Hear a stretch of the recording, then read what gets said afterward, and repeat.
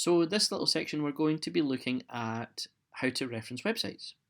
Now, if you've watched the previous two videos on referencing books and referencing journal articles, you will definitely spot a pattern here on the types of details that you need to provide. Once again, you need to provide the authors. I've put /corporate author there, and I'll explain that in a wee second.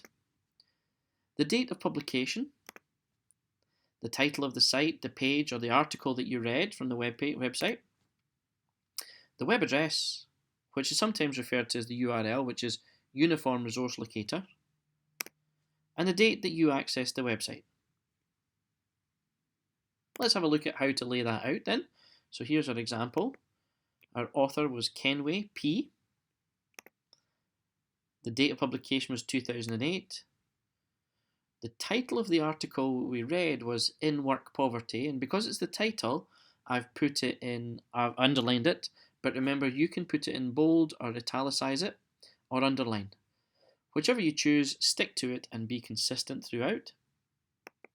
Here's our web address. Now I've linked my reader to the actual page I was on, not to the home page of the organisation. That's not what my reader will be interested in.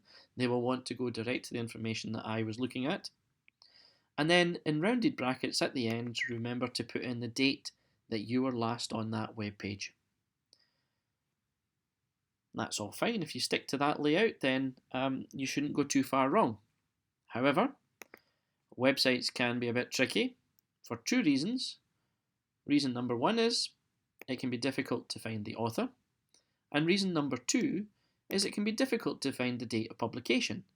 So you need to know what to do if there is no author, and you need to know what to do if there is no date of publication.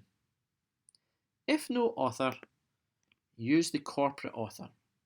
That is the organisation responsible for producing the information. Now, if you can't provide the name of the author, and then you can't provide the name of the organisation responsible for the information, then you will have to use a different source.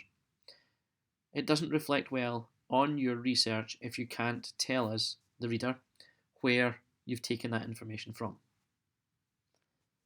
If there's no date of publication, then it's okay to just indicate that by using the words no date.